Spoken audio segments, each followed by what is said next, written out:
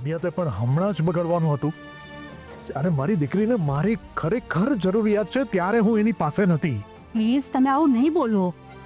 જો તમે જ આવું બોલશો તો પછી હું ભાંગી પડીશ.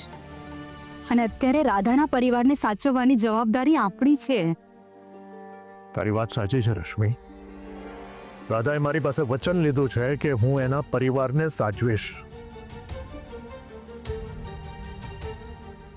રશ્મિ, મેં મારી જાતને ઉર્મિલાબેનની જગ્યાએ મૂકીને જોઈ. આપણે ગમે એટલું કહીએ ને, પણ પોતાનું ઘર એ પોતાનું ઘર જ હોય છે. હા, તમારી વાત સાચી છે. મેં પણ ઘણીવાર ફીલ કર્યું છે કે ઉર્મિલાબેન અને એમનો પરિવાર આપણા ઘરમાં સંકોચ અનુભવે છે. એ લોકો આપણા ઘરમાં કમ્ફર્ટેબલ નથી, પણ બિચારા મજબૂરીના લીધે આપણા ઘરમાં રહી રહ્યા છે. અને એટલે જ આજે ઘણા દિવસ પછી ઉર્મિલાબેને મને કહ્યું કે કિયારાના પાવર ઓફ એટર્ની કેન્સલ કરાવી શકાય ખરા? હા, તમે બને એમ જલ્દી પાવર ઓફ અટર્ની કેન્સલ થાય એવું કરો. રશ્મિ, જેવું એમણે મને કહ્યું ને, મેં તરત જ જજ સાહેબને ફોન કર્યો.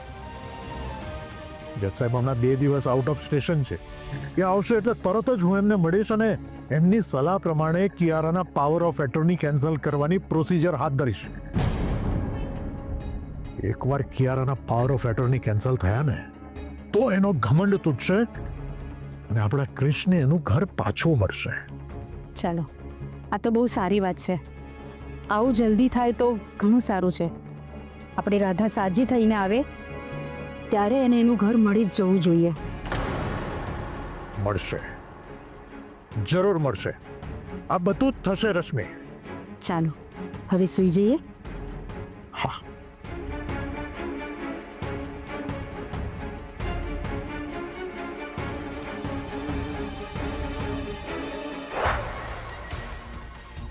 અમુક લોકોના જીવનમાં એવું જ હોય છે, એમના જીવનમાં દુઃખ પૂરા થતા જ નથી. ભગવાને એને બધું જ આપ્યું છે, પૈસા, માલ, મિલકત બધું જ,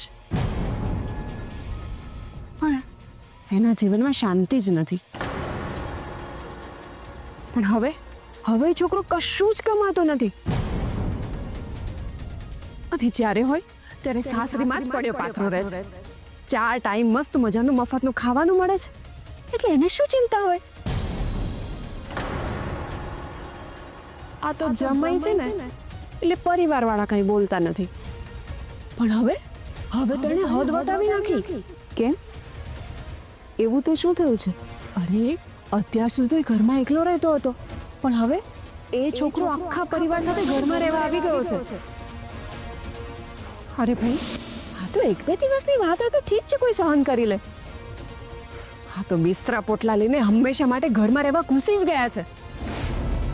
અરે એ ભાઈ, કોઈ પર્સનલ લાઈફ જેવું હોય કે નહીં?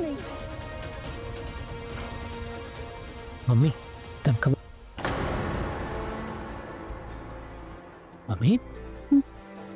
મમ્મી, તું રડે છે કેમ?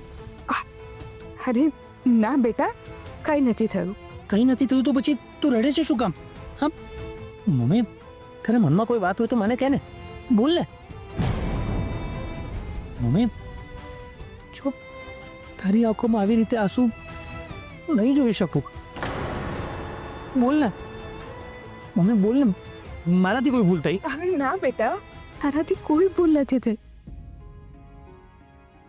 તમારા બધાથી જેટલા પ્રયત્ન થઈ શકતા હોય એટલા તમે બધા કરી જ રહ્યા છો. પણ બેટા, જ્યાં સુધી આપણા પ્રયત્નોને પરમેશ્વર સાથ ના આપે ત્યાં સુધી બધા જ પ્રયત્નો વ્યર્થ છે.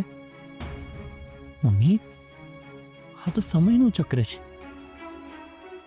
આજે ભલે નીચે આવ્યું હોય, પણ આ પરિસ્થિતિ કાયમ આવી નથી રહેવાની. એ ચોક્કસ બદલાશે. હું તે જ અમને શીખવ્યું છે. હા બેટા,